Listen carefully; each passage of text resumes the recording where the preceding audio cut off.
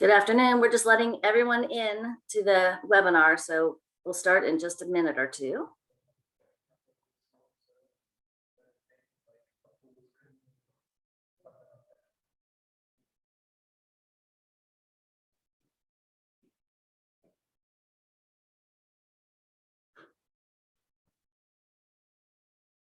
Everybody's being let into the webinar, so we'll get started in just a minute.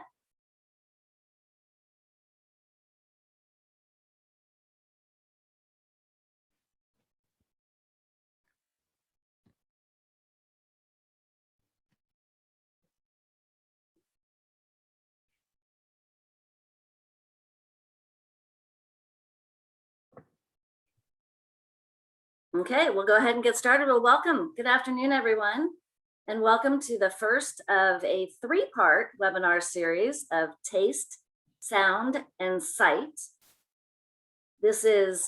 I'm Krista May from Episcopal Communities and Services, and we are your hosts for today. We have 4 communities that are hosting you. The first is Canterbury, which is located in Rancho's Palos, Verdes. The second is the Covington, located in Aliso Viejo. The third is Montecedro in the Pasadena area, nestled in the foothills of Altadena. And our newest community to the family is 12 Oaks Senior Living. So we invite you to learn more about any or all of these communities. We have on the screen there, you'll see our website, ecsforseniors.org. And there's a phone number. That's actually my cell phone number. You are welcome to call me and I can direct you to any of the communities that you would like to visit, or you can get you the numbers there, or you can visit directly to the website. We are open for tours and we invite you to come visit us, tour one or more of our communities and see what we have to offer. We have 98% of our residents have been vaccinated.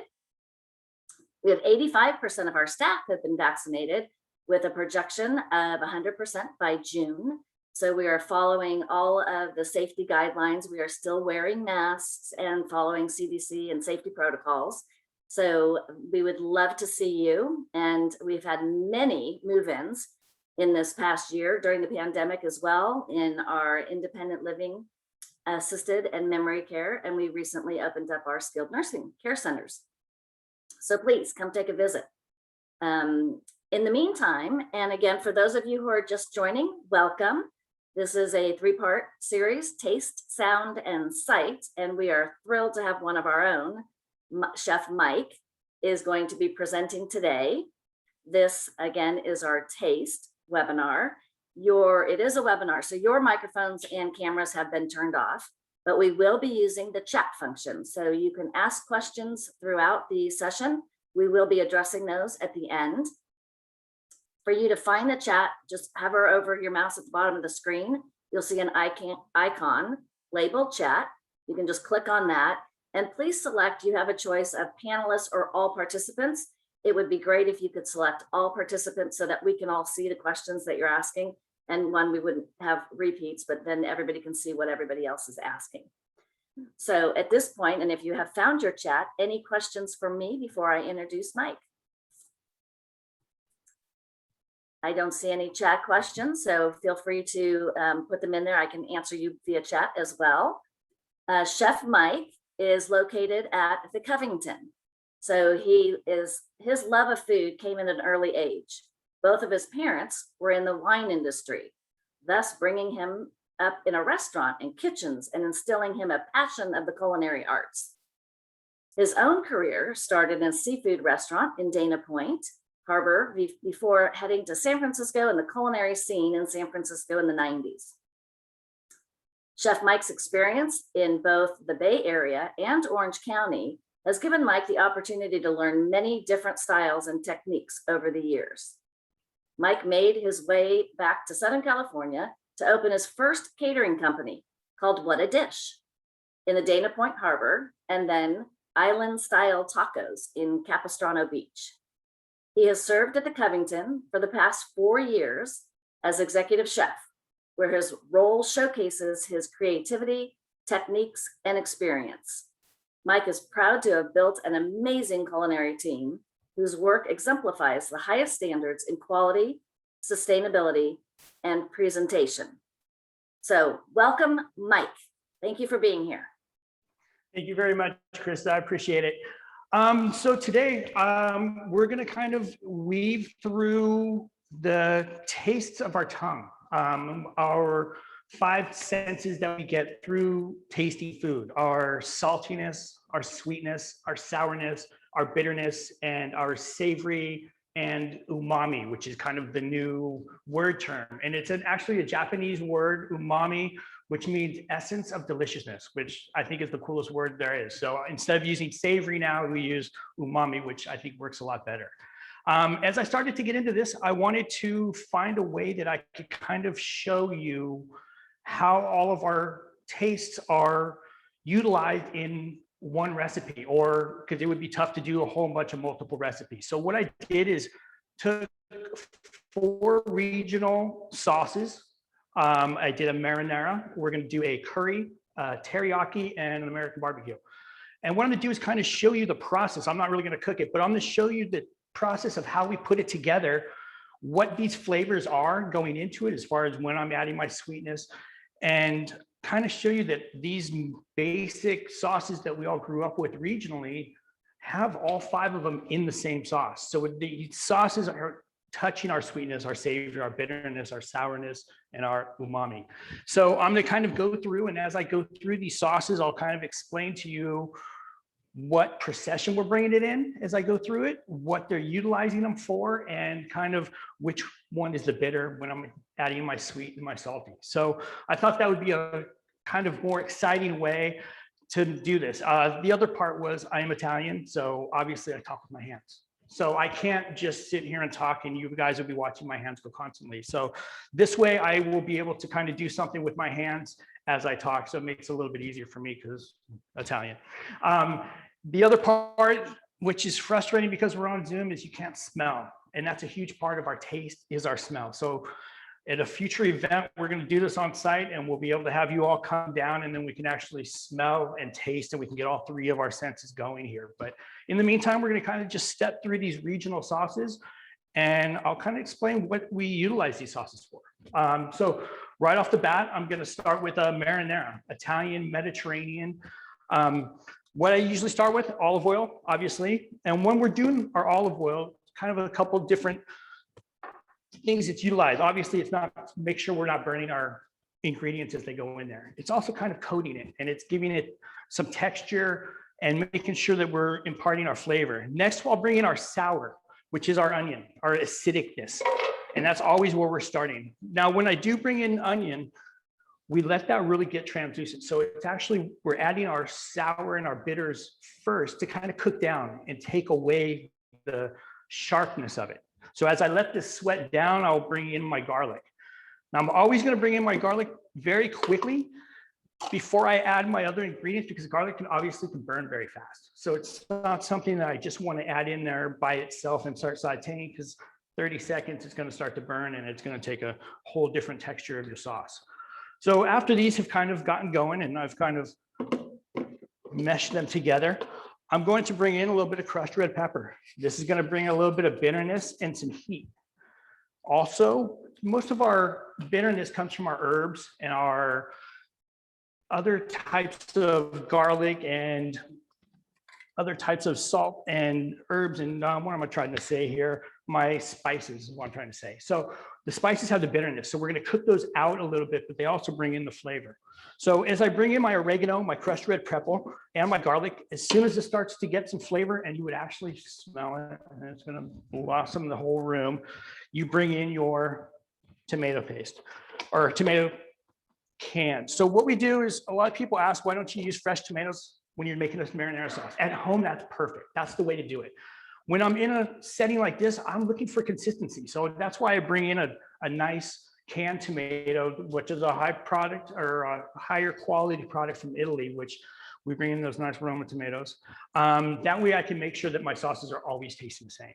Otherwise, if I do that and bring in, some of my tomatoes can come in ripe, some of them can come in unripe. And I'm trying to make these sauces, which is going to have a different flavor all the way along. So most of our restaurants use canned tomato. I just like to let everyone know that. So as I get this going, and this is kind of blending together, what I like to bring in is basil. I don't like to take the leaves and cut them in there because it turns brown once they kind of start to cook away. So what I do is I take just the stems and I will drop those in there. So what I could do is pull these stems out later, completely big, and that way I've imparted my basil flavor into my sauce, and I can quickly take it out at the end and not have to worry about big chunks of basil in there. From here, my tomato paste. Now what this is going to do is kind of blend everything together. This is also going to give me a consistency in my tomato, in my marinara. It's also kind of my umami, my savory, which kind of blends everything in there together.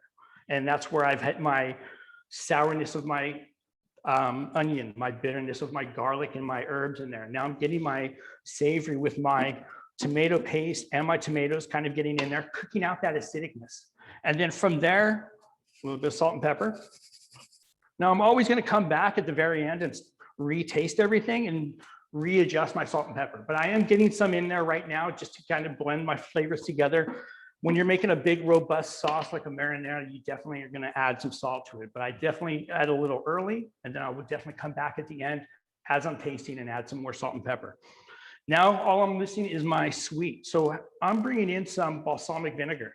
So this is a reduced vinegar, a little darker, a lot sweeter, and it kind of gives that little bit of taste at the very end, and it opens up everything. What vinegars do is kind of opens our senses. It kind of brings out everything. So once this is kind of cooked down, it'll really open the sauce up. Now, what's great about a marinara sauce is we utilize it for long, slow cooking. So in the Mediterranean, it's utilized for our chicken parmesans, our lasagnas, anything that's going to go in there and really cook long. This sauce will hold up and make sure and it'll last and not burn or anything like that, because there's not too much sweet and sugars in here that would caramelize and burn. So this is one of those sauces that's used for longer, bigger events, slower cooked meals, and kind of the base flavor of a lot of our dishes that we use in America, in Italy, and just in the Mediterranean. It's just this nice base tomato sauce. So that was our first one to go through. And a little trick that I like to use is, now you say, how do I kind of get through and blend it all together? So what I do is, what we have in the kitchen is a mixer, a hand mixer. So we can go through in all of our sauces. The easiest way for us to blend all of these sauces together is to use one of these puppies.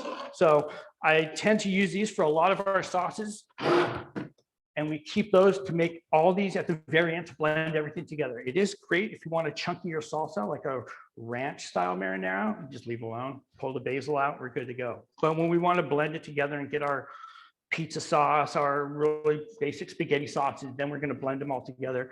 Those are great instead of having to try to drop it into a blender and go from there. So, all right, so that's our number one. So we're going to switch gears here, and I'm going to switch over to another sauce. Now this one is a teriyaki. So we're going to kind of go our Pacific Rim Japanese style sauce.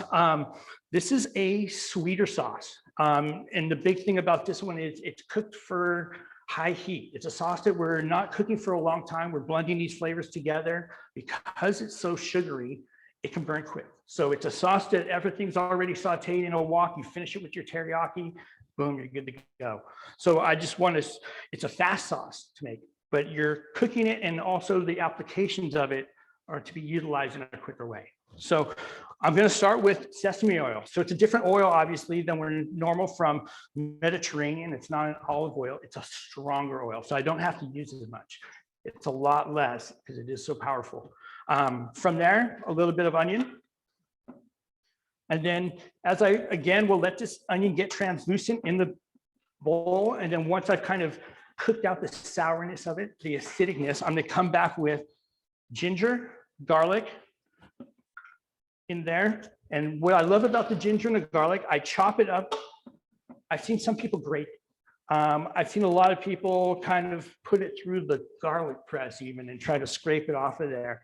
I really like to just a hard chop on it, kind of the same size as your garlic. Take them both together, chop them together, and really dice it down. When I go back through and I blend it, you're going to blend all of those stringiness, and we chop most of it up. So we're going to make a really smooth sauce as we get through it. So after I've let my onions, my garlic, and my ginger kind of mellow out and get through that, coming in with my soy sauce. Adding my soy sauce. And I'm also going to add at the same time is my sake. Mirin, it's like a Japanese wine. This is kind of really going to bring a little bit of bitterness with the sake and mellow out with the umami of my soy sauce, which is our fermented soybean. And that really brings the flavor of umami, and that really ties it all together. It gives the savory, it blends all of these other heavy spices and ingredients that we're putting in here, the garlic, the ginger. These are really heavy spices, and it kind of melds it all together. Now I'm back to come in with sugar. Now we add brown sugar to this. That's where you can see that there's a high sugar content in this, and it's an easier way for this thing to really burn. And I'm just going to come with a little bit of salt. I sometimes like to use white or kosher salt is mostly what I utilize because I can feel it. I can feel the grains as I'm adding it to it. I know everyone likes to see Salt Bay where he bounces us off. We do it because we like to see it. We can touch it, we can feel it, we know what's going in there. When you're using a table salt, you really can't get the feeling unless you're really measuring it out.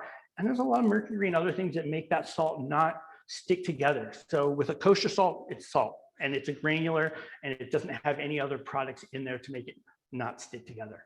So as I'm going, I'm just going to bring this sauce up to a boil, and then I'm going to come back through it with my cool magic blender, which we use for almost anything. And this will bring everything together. Now for when I want to bring my type of my thickness to it, I'm going to take a cornstarch and add that a little bit of water and make a paste. So what that does is when I add it to my hot sauce, it will bring up and thicken it. And it's a great way, and I can adjust it because you can see right here, I'll just show the consistency. And that's the consistency of just a normal sauce. But when we think about a teriyaki sauce, we think about that thicker sauce, that coating of sauce. So from this point, we'll add this the cornstarch, let it cook down a little bit, because if we do cook it too much, it'll turn into a gelatin mold. So that's the part of making a little bit of a slurry and then adding it to it a little bit at a time and making sure you're getting the right consistency. So with this sauce is a simple, and you can see we've hit our sweetness, our with the brown sugar, our savory with the soy sauce, our bitterness with our, where did I get my bitterness with our sake, and our sourness with our onion and our garlic. So all these flavors meld together to make this one sauce. And you can see this is a basic sauce that we're all comfortable with, and showing how all these flavors meld together and work with sauces that kind of work with everyone, because it gets all of our tastes. It doesn't heavy on just a sweet and sour sauce. Not everyone likes a sweet and sour sauce because we're just heavy sweet and sour. It's not bringing in the other flavor profiles. So with these sauces are a lot basic, a lot more easier for everyone to kind of enjoy. So that's our Pacific Rim. I'm going to switch gears again, and we're going to slide onto another one. I'm enjoying myself. So this one is the curry. So curry, we're thinking Indian, and now it's been taken on by British. I mean, you think of curry, Britain is the place everyone goes to get their curry because they have so many different styles of curry. So what I'm going to do is start with just a basic curry. And what's great about this sauce is it's vegetarian. There's no animal byproducts in this. And so it's a great base for people to run from this. I'm using a tomato-based curry. And another way, if we want it to be more flavor, we can add a chicken stock to it and add some more flavors into this sauce and utilize it for, well, curries are everything: fish, chicken, lamb, meat. I mean, that's what's great about this sauce. It's so much flavors that it works with a lot of things. So I'm gonna start off vegetable oil. I'm gonna let that get going, and then I'm gonna bring in my sour again with my onion. Let this get translucent like I always do, very fast on camera. And then I'm coming in with my ginger and my garlic. So there's my bitterness right there. And I'm gonna let these kind of cook out. See, these are my stronger flavors, and I want to kind of mesh together a little bit more and cook out a little bit before I start to add my other ingredients. So the big one is our spices. So what I have in here is garam masala, turmeric, cumin, coriander.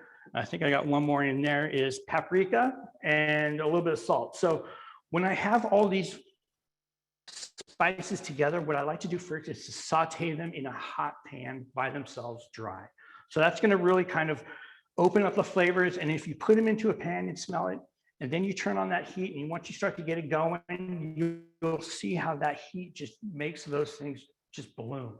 And it just brings out so much of the spice. Then you bring it into your sauce. So it's already opened up, because I don't want to kind of mellow it out right away with my coconut milk. So from here, they've been toasted and they're blooming, they smell amazing. So then I'll add those. I'm not going to let these cook very long with my oil and my coriander, because I don't want them to burn, obviously. So quickly, my coconut milk. And this is keeping it vegetarian. We could use other milks if you like. We could use a chicken stock and a cream if you're playing with it. This is kind of more of a traditional. And you can see I'm starting to get a little bit of color. I'm going to show that just because I like to bring the color on that one. And now I'm going to bring a little bit of tomato paste. So this is a little bit of my savory with my coconut milk to really meld those flavors again. And I can actually, this one is a type of sauce that everything's already broken down, so we don't really need to blend it. It's just everything's with a whisk or a, as you can see, I'm just using a spatula. And you can see how quickly those colors change and the flavors. And even I'm not cooking it, it smells amazing. And then from here, the consistency. Now we can use this as a very thick sauce, that we can use this as a coating, or if we're going to use this in a stew or something, we can come back with a little bit of water, which is going to completely thin it out, or chicken stock if you're going to use it as a base for a chicken or a stew of a meat style, or keep it vegetarian with just the water. And this is, I love curry. This is kind of one of my favorite sauces to do. I love doing it at home. My kids can't stand it. I think you have to have more of a palate, an older, seasoned palate to really enjoy it. So it's what I cook at home when I don't want to cook for the kids. And it's a simple sauce that I love because it can be used with a fish. It's not too heavy. It just has a nice rounded flavor with all these spices. And we're utilizing our sweet. We're utilizing our sour, our bitter, our umami, and again, our, what am I missing right there? Our salt, with a little bit of salt at the end. So this is a great sauce, fun, and regionally, it hits 2 regions now. It's India and it's Britain. So it's kind of, I hit a couple on with this one sauce. So please try this one. This is my favorite to go out and get when I'm out traveling. So again, we are gonna switch gears. I hope I'm not going too fast. So please, if you do have questions, fill out the little question part, because at the end, I love to answer questions. All right. So I thought I was going to be able to go through just 4. I'm going to do 5 sauces today, because I think we got enough time. And hopefully I have everyone's attention. I can't really see any faces, but hopefully you guys aren't all asleep and you're kind of somewhat into this. So we're going to start with the barbecue sauce. This is, I'm not going to get in an argument with Kansas City and Carolina. I know where some are vinegar based, some are tomato based. I'm going to do a basic tomato based barbecue sauce. So we start with butter. We're in America, we use butter. It's just one of those things, it brings a lot more flavor into this recipe. Obviously, not all recipes utilize butter, but this is a great way. It's also going to keep me from burning, and it's going to bring me a way to meld all my flavors together. So again, I'm going to start with my onion.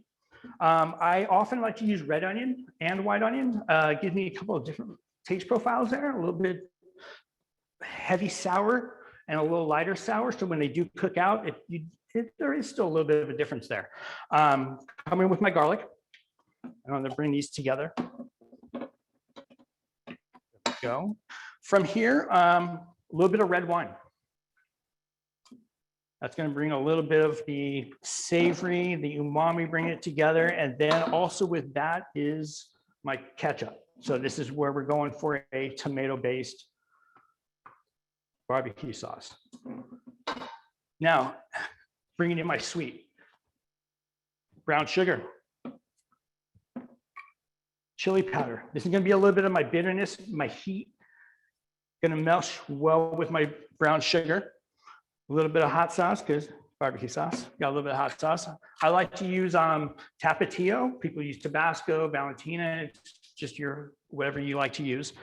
And then I'm just going to kind of get these together. What's great about a barbecue sauce, you can just throw it all in there together, let it go, bring it up to a boil and blend it, and we're good to go. So I'm going to come back through with my salt. With all of these sauces, I definitely want to make sure we always go through and do that final tasting and make sure that we salted and peppered it correctly. It's kind of the last step that we always do, especially in the kitchens. We're always walking our lines before service and tasting everything and making sure everything's tasting correct. And if we need to fix it, that's the time to do it and check the salt and the flavors of everything. From there, we're doing a little bit of Worcestershire, wherever you're from, how you say it.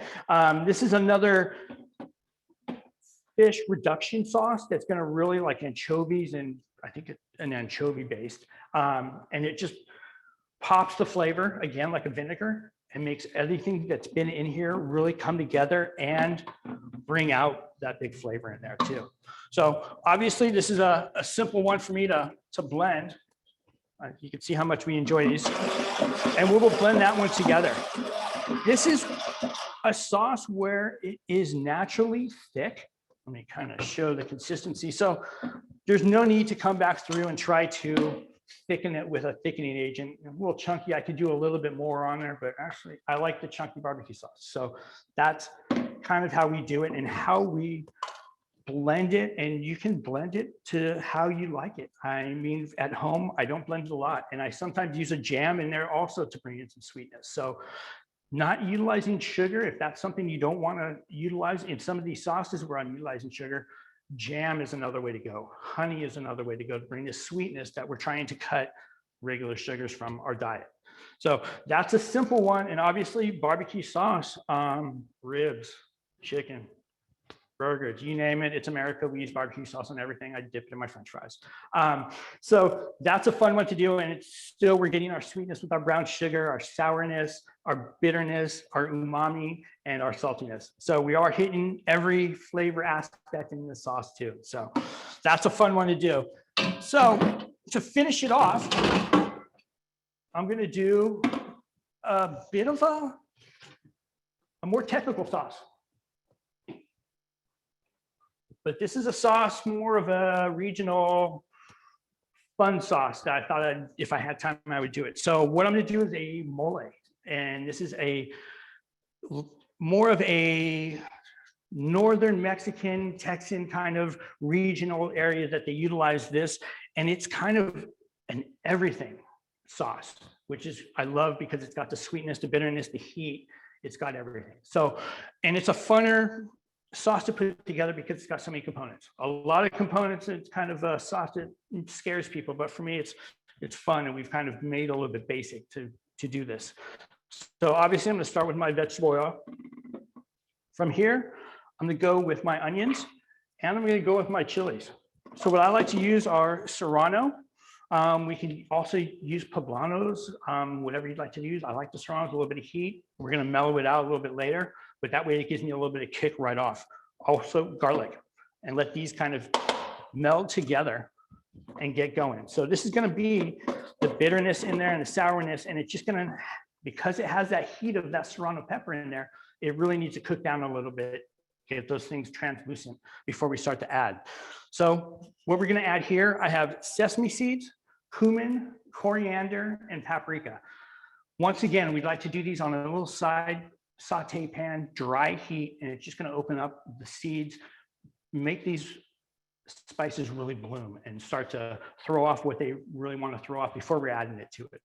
So as I drop it into here, and then what I'm also, which is kind of cool, is raisins and plantains. So this is how I'm bringing my sweetness to the sauce. I'm doing it with fruit. I'm not doing it with sugars. I'm not doing it with honey. I'm doing it with the fruit of the plantains and my raisins, which is kind of, and I'm going to add a little more sweet at the end, you'll see, because it's a mole, and that's a way to kind of bring it all together. So with these, Another way to do this is to take all of these ingredients on a pan and just roast them off in your oven, which is kind of takes the fun out of all this, but you can take those roasted out, everything's kind of cooked together, drop it into here, and there's your base. And it's a little bit easier than trying to saute in little steps.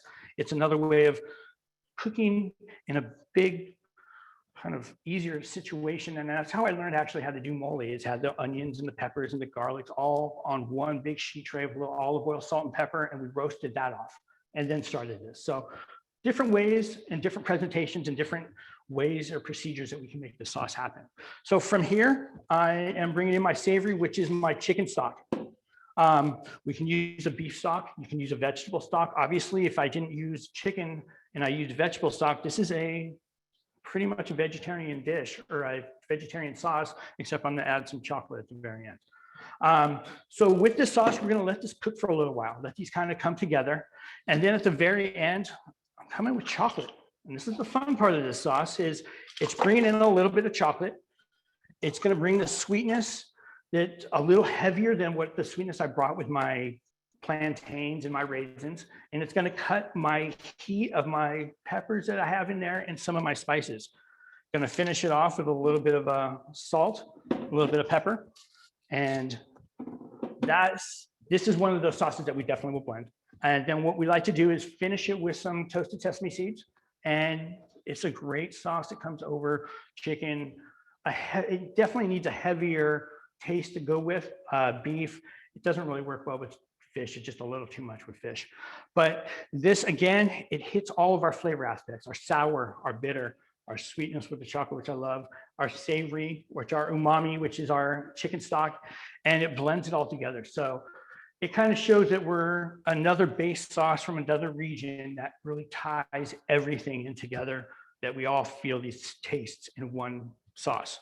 So that is my presentation today. I hope everyone enjoyed it. I had a fun time going through these sauces. So please, if you have questions, bring them my way. Okay, Mike, can you hear me? It's Krista. I think Krista will help moderate. Yes, can you hear me, Mike? Okay, can you hear me, Mike? Yeah, Mike? I can hear you. Okay, so we've got lots of questions. I might just start backwards a little bit. Nancy Lopez asks, what Right kind on. of chocolate are you using for your mole? So I used a German chocolate. We get a big slab. I think it's about 80% cocoa. You can use a semi-sweet. I wouldn't use an unsweetened because it has a bitterness of an unsweetened chocolate, has a bitterness that would bring more into that sauce. So just your basic semi-sweet chocolate. Dark chocolate, I think, would overpower it because, I mean, but hey, that would be fun to try. I've never actually tried that. So, that's where utilizing these sauces and playing with them and just expanding on what I've kind of given you as a base. Great question. Okay. So a couple questions around the curry, the sauce. Virginia Somerville wants to know what kind of oil you used in that curry. So for that one, I went with a vegetable oil. I wanted to keep that entire dish vegetarian. So that's why I went that way. A lot of curries, obviously in India, they love butter. So I kind of changed that curry one from butter to olive oil or to vegetable oil so that we can keep it vegetarian. But that's the thing with curries. There's so many different areas that they use curry, that they use different oils, as far as even olive oil for butter to vegetable oil. So one panelist asked, and I'm sure others are wondering, can we get these recipes? Can we get these in writing? I can certainly email them out to everybody that registered. Yes, not a problem. I will put these all together and hopefully make a link to the Zoom, or we can send them out. I will definitely put these all together. These are definitely very basic. So I'm going to have some fun when I write these recipes, and I'll put some variations on there for everyone too. So you can kind of see where you can play with this base recipe that I did. Okay. And so in the meantime, though, there was a question on what in the curry recipe, what were those spices that you used? The Gran Marsala, and what else was in that curry spice? So what I used is Gran Marsala. Yeah, ground marsala is a kind of, it's a mixture of spices. I'm not exactly sure what's in that spice mixture, but from there we use a curry spice. I used a mild curry powder. You can do spicy curry powders. Um, Turmeric, which gives it that pops of that color and that flavor. Coriander, cumin. I think that was it. Yeah, and that was it. Okay, great. And again, we'll get the ingredients out to you. A couple Definitely. questions around the salt. How do you approximate the salt flavor when you're working with reduction of salt diets in the communities? So are you using less salt than you would rather, like at home, do you use more salt than you do when you're cooking for the community? Exactly. So what we try to really do is not cook with salt as we're cooking. So there's a lot of times where my guys are trained to salt as we go. So we've kind of tapered off by that, and we finish with tasting it and see where our salt is.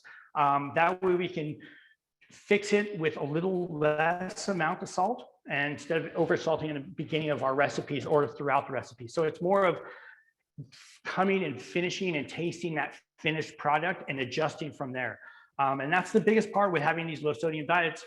And also, using the low sodium soy sauce, using a lot of low sodium products out there now that are helping to get these flavors in there without, not using that product.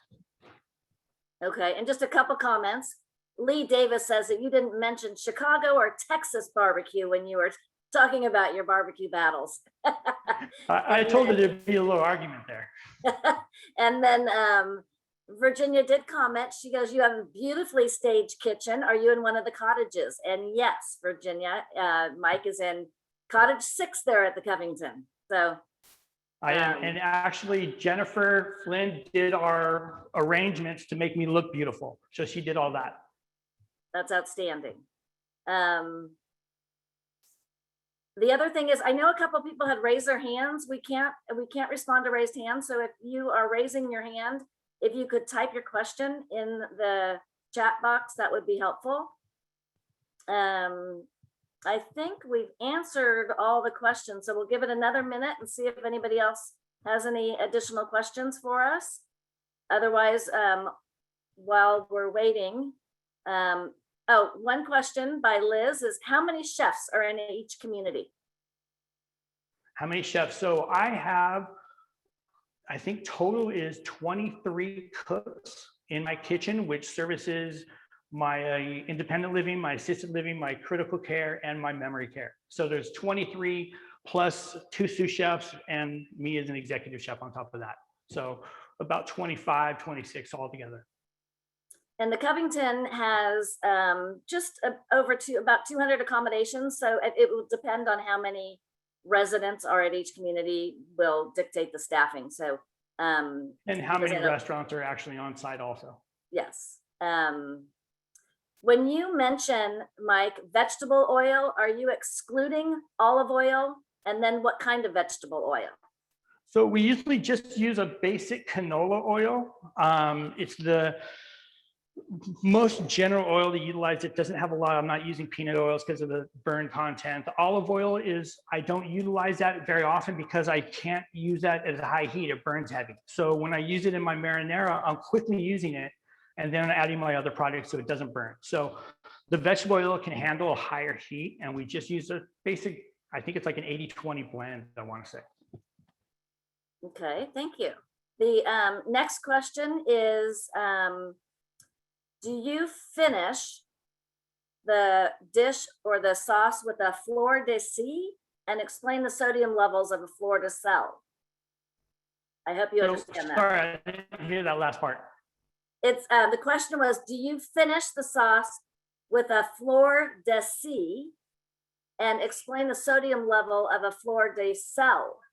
I don't know if they're both supposed to be I'm thinking the fleur de sel. She's thinking if I'm finishing with salt on top of it is, I think, the question she's going for. We don't usually do that a lot because I'm always worried about my sodium content here. So I don't finish a lot with some heavies. We just use a basic kosher salt here. So I'm not using any really fancy things like that.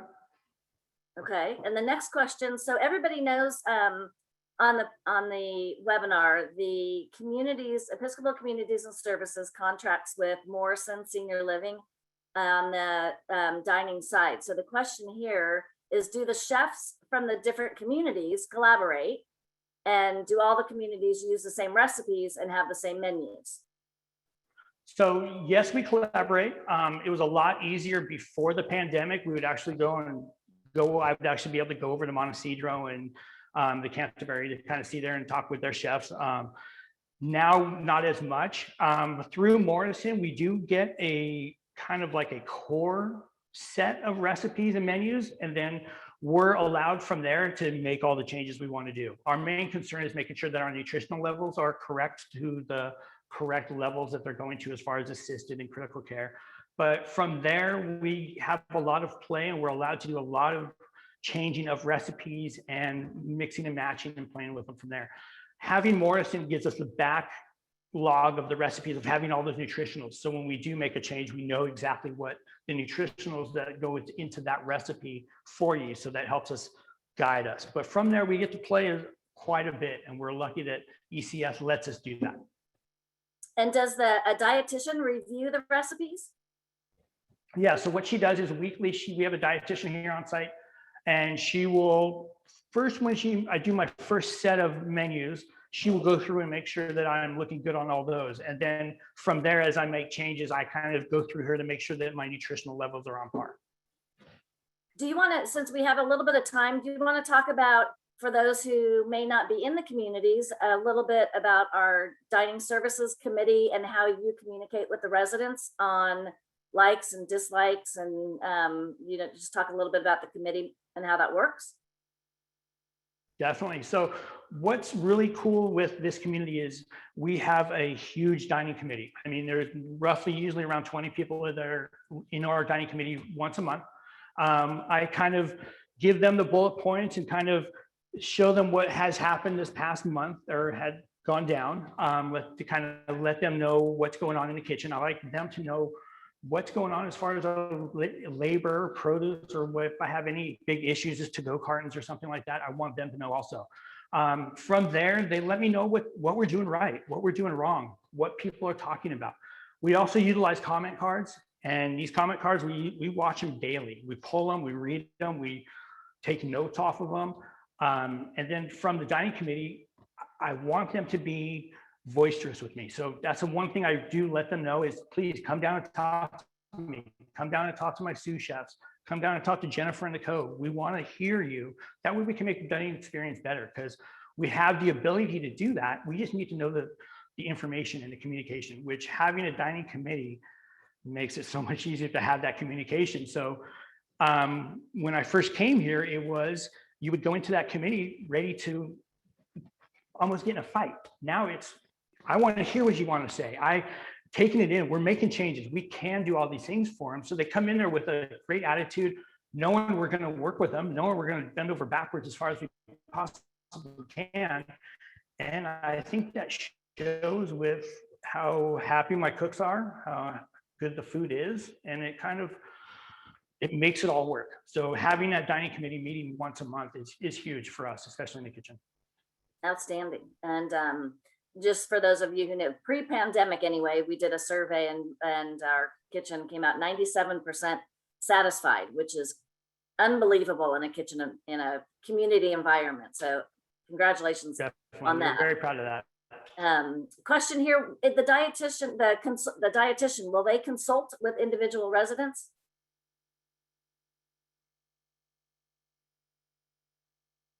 Mike, did you hear that? The dietitian, your on-site dietitian? Yes, they will.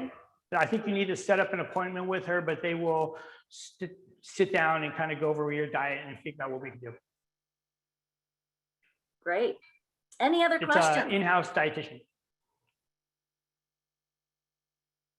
I don't see any other questions. Well, everyone, again, please, for those of you who don't know us and haven't been, come tour. We'd love to see you. And for those residents who joined us, thank you. Chef Mike is fantastic. I appreciate you taking the time out of your busy schedule to share with us some of the sauces, and we look forward to the recipes. Thank you very much. It was fun. I enjoyed it. Thank you, everyone. Bye.